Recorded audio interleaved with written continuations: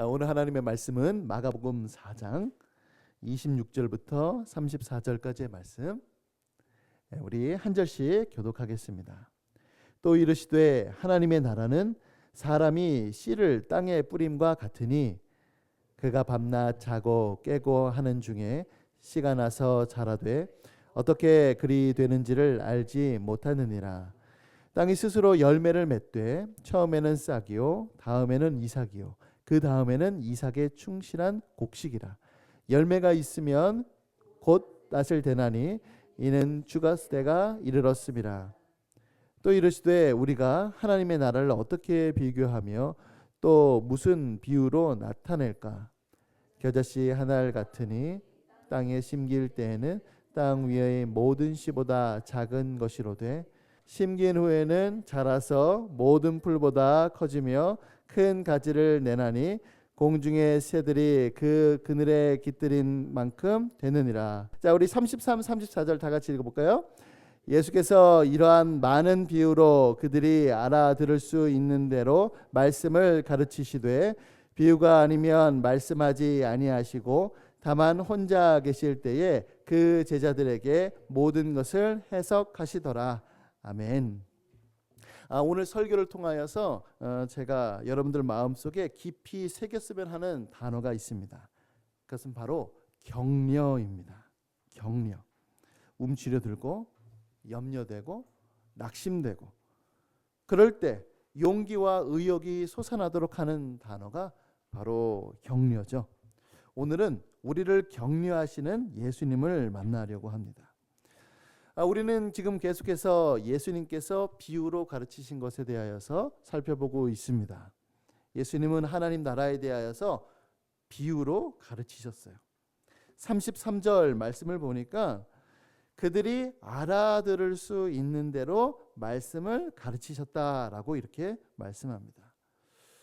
이거는 그들이 알아들을 수 있는 소재, 예컨대 씨 뿌리는 자나 등불이나 헤아림이나 오늘 다룰 겨자씨나 자라나는 씨, 이러한 상식적인 것들을 가지고선 말씀을 전하셨다라고 하는 의미일 수 있지요.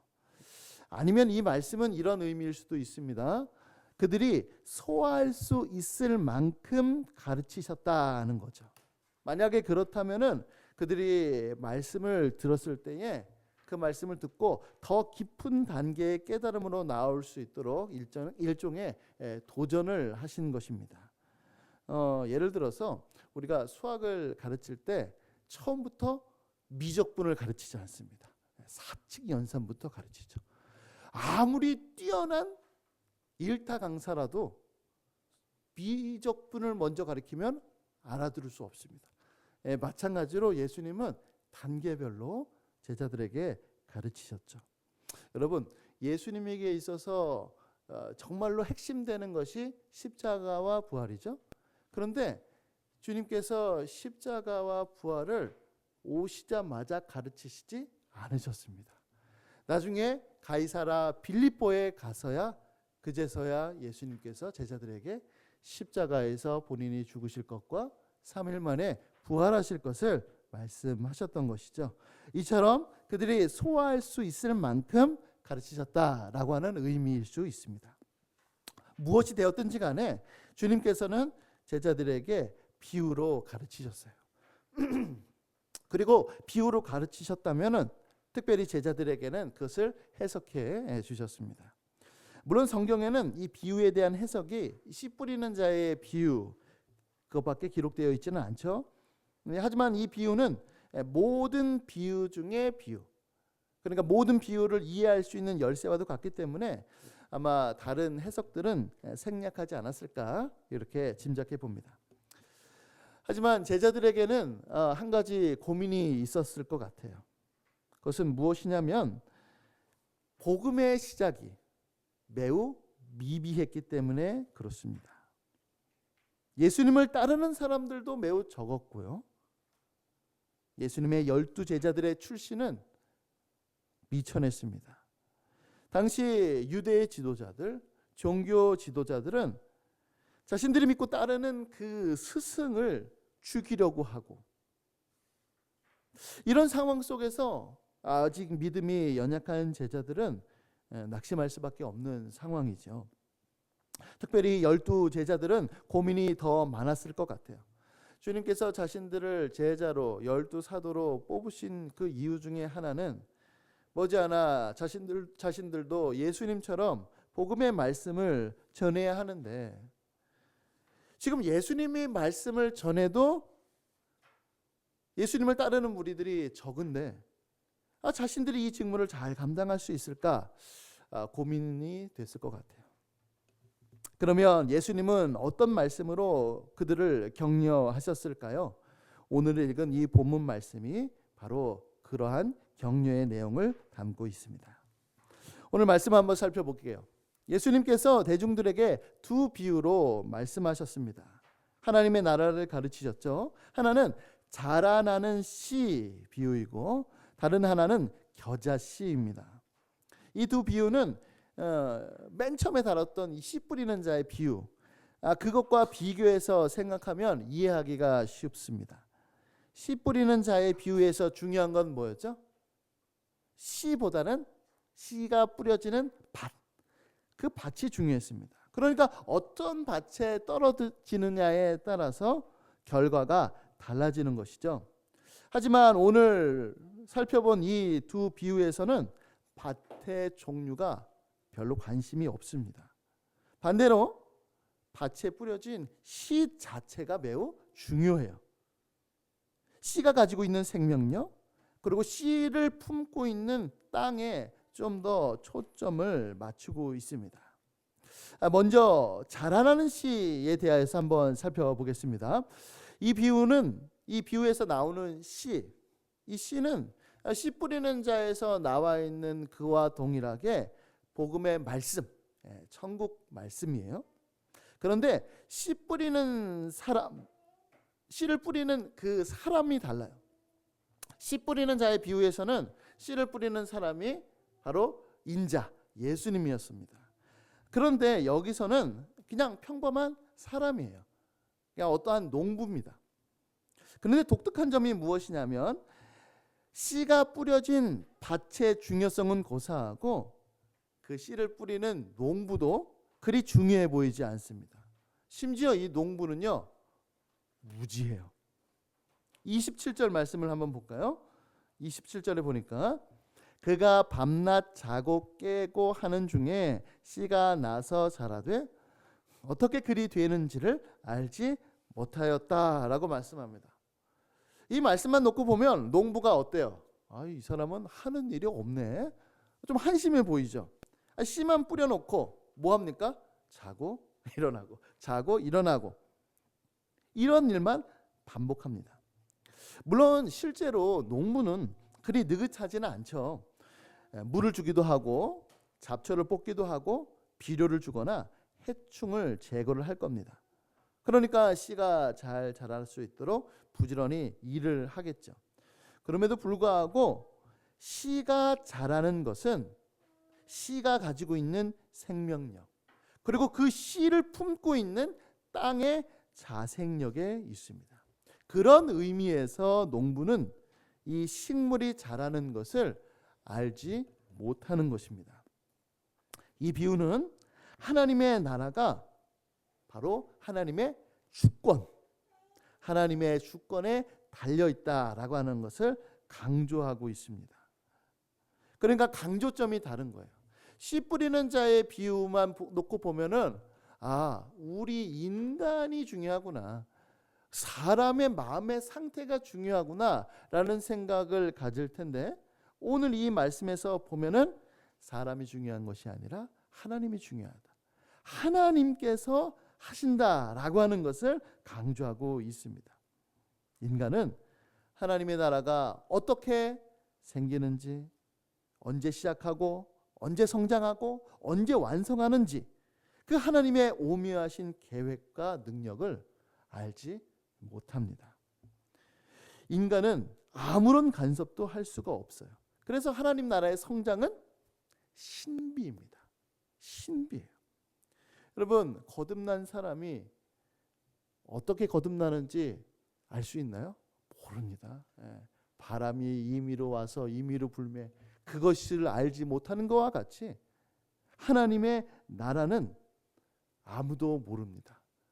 그러니까 지금 제자들 입장에서는 예수님께서 하나님의 나라의 복음을 선포하시는데 눈에 보이지가 않잖아요. 사람들도 따르질 않잖아요. 그러니까 이게 지금 맞나? 생각이 들 텐데 예수님께서 뭐라고 말씀하시냐면 아니다. 너희들의 눈에 볼 수 있는 대로 인식하고 깨닫고 느끼는 대로 하나님의 나라가 성장하는 것이 아니다 라고 이렇게 말씀하는 겁니다. 저는 이 말씀에 대한 어떤 정확한 주석은 고린도전서 3장 6절 7절 말씀인 것 같아요. 자, 한번 우리 보죠. 인용 구절 한번 보겠습니다. 다 같이 읽어볼까요? 시작. 나는 심었고 아볼로는 물을 주었으되 오직 하나님께서 자라나게 하셨나니 그런즉 심는 이나 물 주는 이는 아무것도 아니로되 오직 자라게 하시는 이는 하나님 뿐이니라. 아멘. 지금 바울이 얼마나 많이 수고했습니까? 정말로 많이 수고를 했죠. 그러나 바울이 고백하는 건 뭐죠? 자기는 아무것도 아니랍니다. 자기가 수고하는 그 수고 때문에 복음의 말씀이 믿음이 자라는 것이 아니다 라고 이렇게 고백을 하는 것이죠. 물론 어떤 분들은 이렇게 고백할 수도 있습니다. 저는 어떤 목사님의 말씀을 듣고 회심했어요. 저는 어느 수련회에 갔는데 그 수련회 가서 예수님을 인격적으로 만났습니다. 그러나 목사도 수련회도 말씀의 씨앗을 마음밭에 뿌릴 뿐이지 그것을 자라나게 할 수도 없고 열매를 맺게 할 수도 없습니다. 그것은 오직 하나님, 말씀이 자라나고 성장하고 열매를 맺도록 하시는 분은 오직 하나님이시다라고 하는 사실입니다. 여러분, 이 진리, 이 사실은 말씀을 심는 우리들에게 큰 격려가 돼요. 그 말씀이 타인에게 뿌려질 수도 있고 내 자신에게도 뿌려질 수가 있겠죠. 씨를 뿌리며 우리는 애가 탈 수도 있습니다. 열매를 맺게 해달라고 하나님 앞에 간절히 기도할 수도 있어요. 그러나 열매가 안 맺히면은 어떡하지? 이 열매가 자라나지 않으면 어떡하지? 그렇게 지나친 염려를 하는 것은 마치 하나님이 하실 그 일에 대하여서 이를테면 월권입니다. 그거는 우리가 염려하고 고민해야 될 영역이 절대 아닌 거예요. 때론 우리의 마음속에 수고한 거에 비하여서 그 열매가 당장에 나타나지 않을 수도 있습니다. 그래서 우리의 마음속에 내가 진짜 지금 헛수고하고 있나? 이렇게 낙담하고 탄식할 수 있어요. 말씀의 씨앗을 마귀가 먹어버린 거 아니야? 자갈밭과 가시밭에 뿌려져서 말씀이 안 자라나? 내가 전도한 사람, 내가 가르친 사람, 그리고 내가 지금 기르고 있는 우리 자녀들 혹은 내 자신, 그런 사람들한테 이런 모습들이 발견하면 우리도 모르게 실망할 수도 있습니다. 그러나 우리가 할 일은 무엇이냐면 농부처럼 편안하게 자는 겁니다. 우리는 자는 거예요. 매일의 업무에 충성되이 감당하다가 우리는 자는 겁니다. 왜냐하면 우리의 생각과 우리의 노력이 아니라 하나님의 때에 하나님의 방식대로 그들의 마음밭에 뿌려진 말씀의 씨앗들이 자라기 때문입니다. 우리는 지금 당장 말씀의 씨를 뿌리면 지금 자라났으면 좋겠죠. 근데 아니잖아요. 그렇죠? 하나님의 시간과 하나님의 계획은 너무 다릅니다. 그 뿌려진 말씀이 지금 당장에 자라나게 하는 것도 나중에 10년, 20년, 30년 후에 자라나게 하는 것도 다 하나님의 주권입니다. 저는 개인적으로 이제 이 말씀을 묵상하면서요, 이런 이제 생각이 들었어요. 왜 하나님께서 이 말씀을 이 시기에 이 말씀을 연구하고 설교하게 하셨을까? 이런 고민을 했어요. 이런 생각이 들었어요. 그러면서 이제 제가 그렇게 길지는 않았습니다만은 지금 이제 5개월, 지금 6개월 정도, 반년 정도 되어 가고 있는데, 이제 개척 후에 저의 모습, 이제 개척의 전후 하면서 저의 모습이 딱 이랬어요. 안절부절, 노심초사. 왜 사람들이 안 오지? 뭐가 문제지? 이제 이런 생각들이 저를 이제 막 짓눌렀어요. 그런데 이제 가만히 제가 이제 이 말씀을 묵상하면서 생각해 보니까 제가 하는 염려는 자꾸 하나님의 주권을 침범하고 있었어요. 하나님의 영역에, 그러니까 하나님께서 하실 그 일에 대하여서 지금 제가 염려를 하고 있었던 겁니다. 물론 저는 이 점에 대하여서 고민해야 돼요. 뭘 고민해야 되냐면 바꿀 수 있는 것은 바꾸고 고치고 발전하고 이런 것들은 해야 합니다. 제가 이제 그런 것들을 부정하는 것은 아니죠. 그런데 만약에 누군가가 하나님의 주권을 얘기하면서 아무것도 안 해요. 그거는 믿음이 아니라 방종입니다. 하나님은 하나님의 주권을 우리들한테 그렇게 말씀하시진 않았어요. 오히려 더 교만한 사람들에게 너가 한 것이 아니다, 하나님이 하신 거다 라고 하면서 그 사람에게 겸손하게 만드시는 것이 하나님의 주권이고, 자, 방종하지 말고 충성되게 감당할 것을 말씀하신 것이 바로 하나님의 주권입니다. 그러니까 제가 열심히 하나님께서 하실 거야 라고 하면서 아무것도 안 한다면 그건 큰 문제죠. 그러나 주님께서 원하시는 것은 염려하지 말고 지금 너가 고민하고 있는 그것은 바로 하나님의 주권에 관한 것이니 이제는 잠을 편히 자야 된다. 시편 127편 1절과 2절은 이렇게 말씀하고 있습니다. 우리 한번 같이 읽어볼까요? 자, 시작. 여호와께서 집을 세우지 아니하시면 세우는 자의 수고가 헛되며 여호와께서 성을 지키지 아니하시면 파수꾼이 깨어 있음이 헛되도다. 너희가 일찍이 일어나고 늦게 누우며 수고의 떡을 먹음이 헛되도다. 그러므로 여호와께서 그의 사랑하시는 자에게는 잠을 주시는도다. 아멘. 근데 이제 저는 그렇게 이제 못했던 거예요. 그렇게 못했습니다.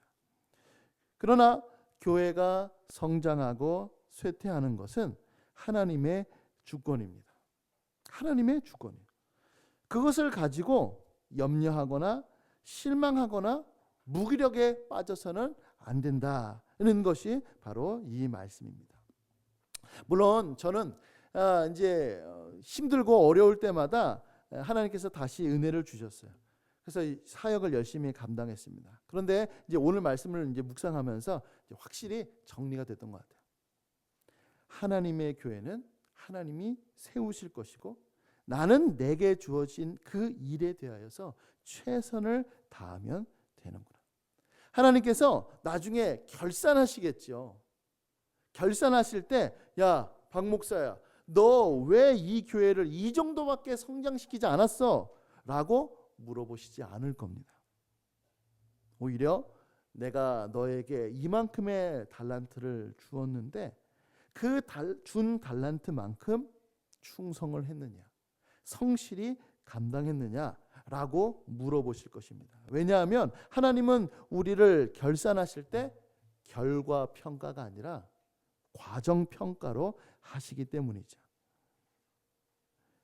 지금 어느 교회가 성장하고 어느 교회가 커지는 그런 것들, 사람들이 회심하고 하는 그 모든 것들은 하나님께서 하시는 겁니다. 하나님은 자기가 하신 건데 우리 인간들에게 너 이만큼 했네 라고 그렇게 하시지 않고 이 직무를 감당하기 위하여서 어떻게 이 일들을 했느냐, 그것을 하시는 거죠. 그래서 저는 이 말씀을 들으면서 그렇구나, 하나님께서 내게 바라시는 것은 바로 이거구나 라고 하는 것을 가지며 또 위로를 받고 하나님의 격려하심을 느꼈습니다. 그러므로 사랑하는 성도 여러분, 지금 당장에 우리가 결실이 없다고 하여서 우리는 실망하지 말아야만 합니다. 예수님께서 여러분들을 격려하고 계십니다. 엄마, 우리 집 앞으로 뭐 먹고 살지? 그러면 자녀가 이렇게 물어보면 부모가 뭐라고 말하죠? 야, 쓸데없는 걱정하지 마. 너 공부나 해. 야, 아이고 우리 딸, 우리 아들, 아이고 다 컸네. 이렇게 하지 않고 네가 해야 될 거는 공부하는 거. 지금 이 집을 먹고 살고 하는 그런 문제는 아빠, 엄마가 할 거야. 너는 그런 거 신경 쓰지 마. 부모에게는 부모의 역할이 있고 자녀에겐 자녀의 역할이 있기 때문이죠.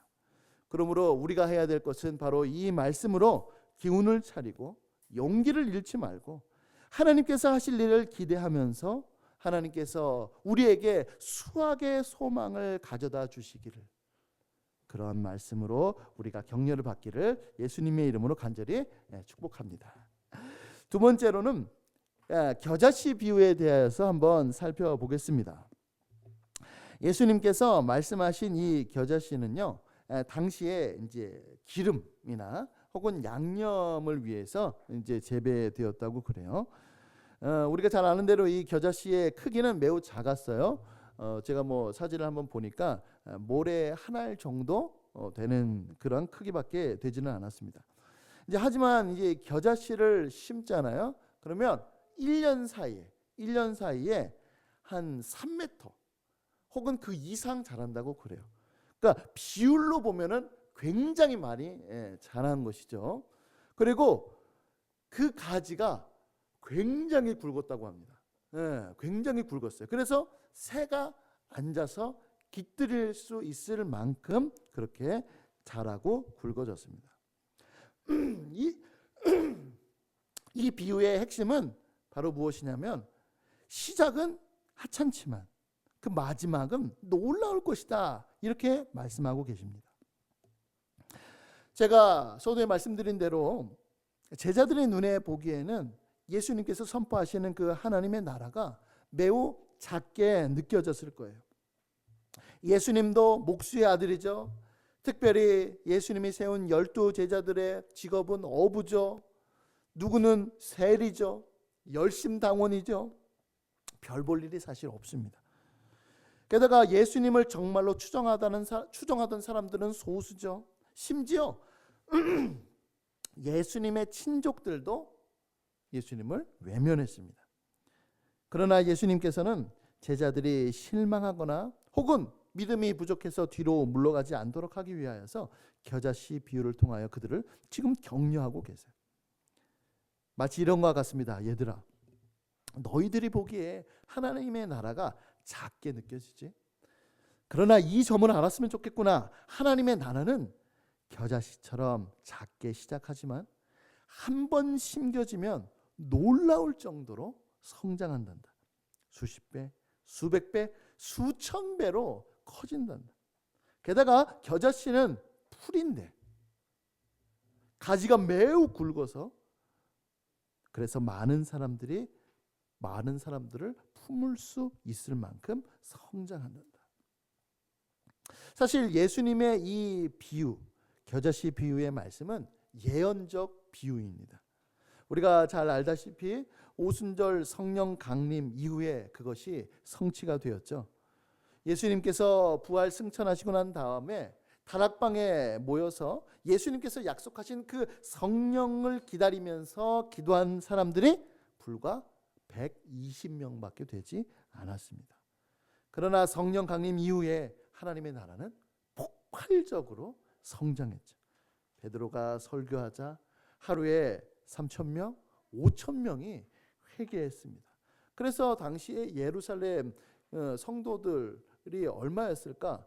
추산해 보면 수만 명으로 생각이 들어요. 그런데 주님께서는 거기에 한정되어 있지는 않으셨죠. 예루살렘으로부터 시작된 그 복음이 온 유대와 사마리아까지 점점 확장되더니 땅끝까지 퍼져나갔고 지금도 세상 끝날까지 복음이 모든 민족에게 전파되도록 그렇게 확장되고 있습니다. 여러분, 수룹바벨이 성전을 재건할 때 사람들이 뭐라고 비웃었냐면 적은 일의 날이라고 업신여겼어요. 왜냐하면 너무나도 초라했기 때문에 그렇습니다.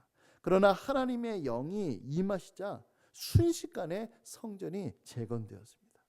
여러분, 엘리야의 사환이 자 저기 우리 잘 알고 있는 그 엘리야와 바알과 아세라 선지자의 그 모습. 거기서 이제 그들과 이제 싸움에서 이기고 난 다음에 저기 이제 구름을 봐라. 그러니까 이제 손바닥만한 구름이 온다고 그래요. 그때 엘리야가 뭐라 그랬냐면 아합 왕에게 빨리 이제 가라. 큰 비가 올 것이다. 머지않아서 큰 비가 내렸습니다. 구름이 바람이 일어나고 하늘이 캄캄해지더니 큰 비가 내려서 3년 동안 메말랐던 땅을 적셨죠. 마찬가지입니다. 하나님의 나라는 그 시작이 너무 보잘것없이 출발했습니다. 그러나 한 번 심겨지면 그 가공할 만한 그 폭발력은 상상할 수 없는 그 위력으로 다가오는 것입니다. 여러분, 16, 17세기 유럽은 종교개혁의 바람이 불었습니다. 그래서 많은 사람들이 이신칭의의 복음을 듣고 하나님 앞에 돌아왔어요. 그러나 곧 이어 17세기, 18세기에 계몽주의 사조가 발생합니다. 그것이 온 유럽을 또 휩쓸었어요. 그때 나타난 종교관이 무엇이냐면 이신론입니다. 이신론은 무엇이냐면은 창조주 하나님을 믿어요. 그런데 내재주 하나님을 믿지는 않습니다. 하나님이 이 세상을 창조하셨다는 것은 믿지만 하나님이 이 세상을 다스리시고 간섭하시고 운행하신다라고 하는 것을 인정하지를 않습니다. 그들은 마치 이렇게 생각하는 거예요. 이 세상은 감아놓은 태엽시계 있죠? 그거와 같다. 그래서 한번 감아놓으면 알아서 움직인다는 거죠. 하나님께서 그렇게 세상을 만드셨다라고 그들은 생각했습니다. 대표적인 사람이 누구냐면 아이작 뉴턴이에요. 우리가 잘 알고 있는 이 아이작 뉴턴은 만류 인력의 법칙을 발견해낸 유명한 과학자죠. 그런데 그는 이 세상을 바라보면서 만류 인력의 법칙과 같이 모든 세상이 다 어떤 법칙에 의하여서 운행되는 것처럼 보입니다. 그래서 내재주 하나님을 인정하지 않은 전형적인 이신론자였습니다. 하지만 그때 하나님께서는 새로운 바람을 일으키셨어요. 바로 18세기에 있었던 대부흥입니다. 우리가 잘 알고 있는 존 웨슬리. 이건 좀 여담입니다만 아이작 뉴턴과 존 웨슬리는 동시대 사람이에요. 연관이 있는 사람입니다. 존 웨슬리나 조나단 에드워즈나 조지 휘필드 같은 사람들이 이신칭의 복음을 다시 일으켰었습니다. 저는 우리 보통 보면 여름철에 그 바다에 적조 현상이라고 있잖아요. 그래서 적조 현상이 이제 일어나는데 저는 태풍이 그냥 태풍이 왜 있을까 늘 고민을 했어요. 그런데 태풍이 굉장히 중요한 역할을 하는 게 있어요. 바로 태풍이 한번 지나가면 그 적조 현상이 없어집니다. 왜냐하면 태풍이 지나가면서 그 바다를 확 뒤집기 때문에 그렇죠. 마치 그런 거와 같이 당시에 이 계몽주의라고 하는 그 사조, 그 계몽주의라고 하는 이 적조 현상이 온 유럽을 다 휩쓸고 특별히 영국의 이 아이작 뉴턴이 영국 사람이거든요. 이 영국에서 그렇게 또 있을 때에 바로 존 웨슬리나 찰스 웨슬리 같은 사람들을 통하여서 하나님께서는 대부흥의 태풍을 일으키셨습니다. 그러니까 이 존 웨슬리는 영국에서, 조나단 에드워즈는 미국에서, 조지 휘필드는 영국과 미국을 오고 가면서 이 부흥을 일으켰던 주역들입니다. 바로 하나님의 나라가 폭발적으로 그때 성장하게 되었어요. 그러므로 사랑하는 성도 여러분, 우리는 이 말씀을 통하여서 한 가지 사실을 배울 수가 있습니다. 그것은 바로 무엇이냐면 오늘날 우리 시대에도 정확히 볼 수 있죠. 지금은 기독교 인구가 감소하는 시대입니다. 그리고 기독교가 많은 오해 혹은 질타를 받고 있어요. 잘한 것도 잘못한 것도 있을 수 있고 또 오해가 되는 것도 있을 수가 있습니다. 그러나 하나님의 권능이 일하시면 그 하나님의 나라는 놀랍도록 성장한다는 겁니다. 그런 교회 역사가 그것을 너무나도 잘 말해주고 있습니다.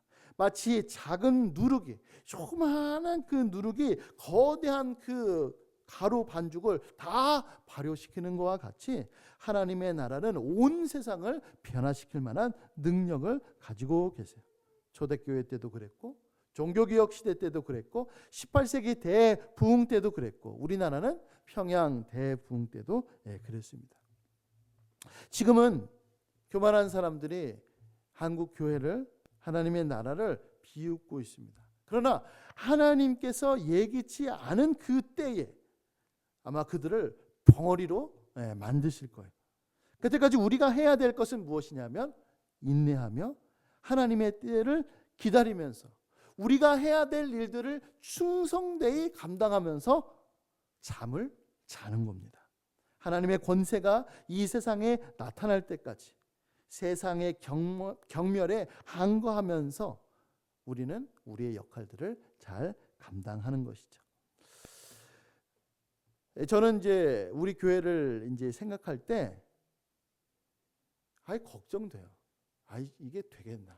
제가 아는 목사님이 잘 하시는 표현인데 이게 되겠나? 이게 되겠나?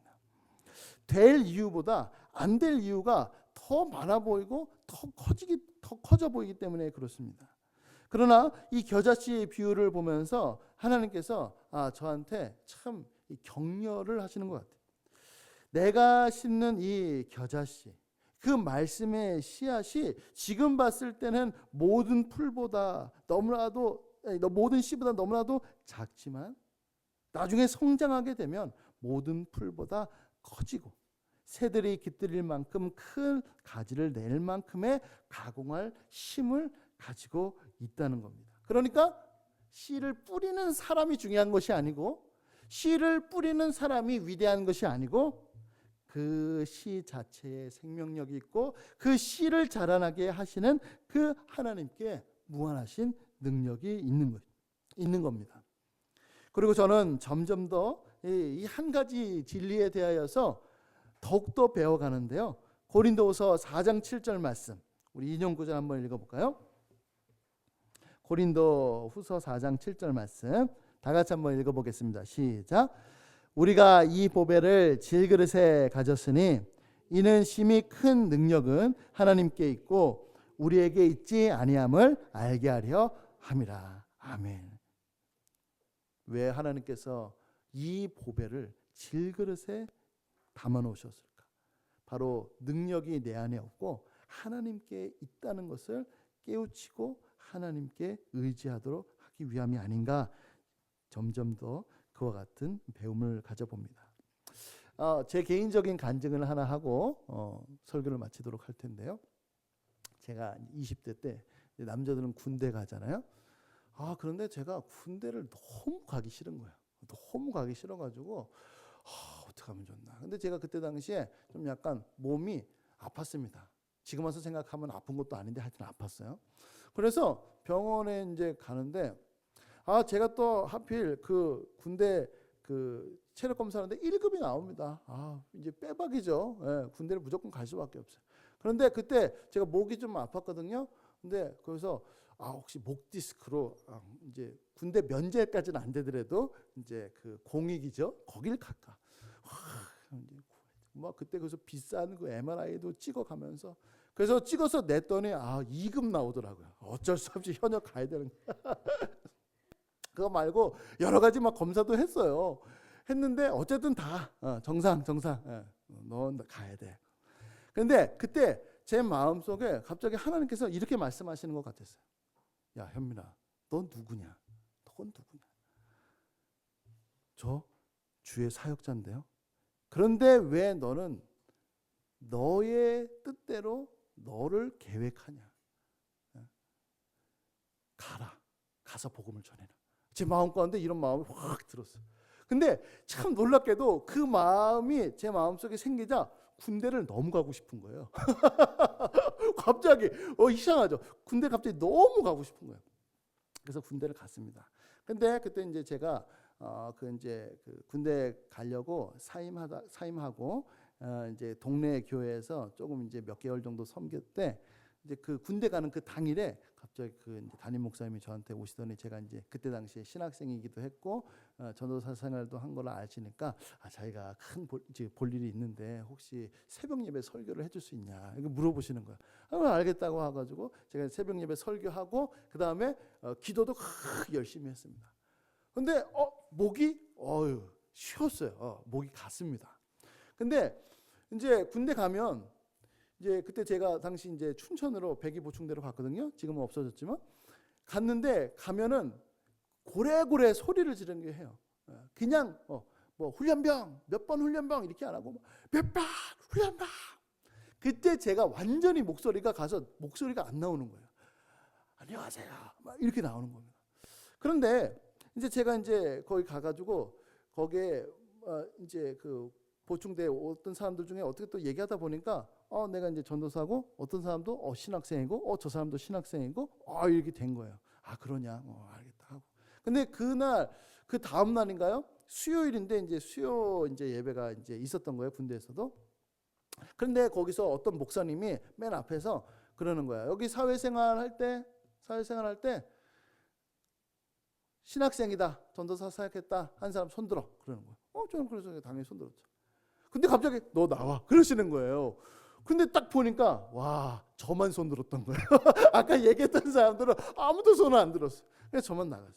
그래서 나갔는데 갑자기 이제 저보고 찬양 인도를 하라는 거예요. 그래가지고 찬양 지금 목소리가 안 나오는데 그때 이제 실로암을 이렇게 불렀어요. 실로암 막 부르는데 막 목소리도 안 나오고 그래서 이렇게 막 진짜 너무 못 들어줄 정도로 이렇게 했습니다.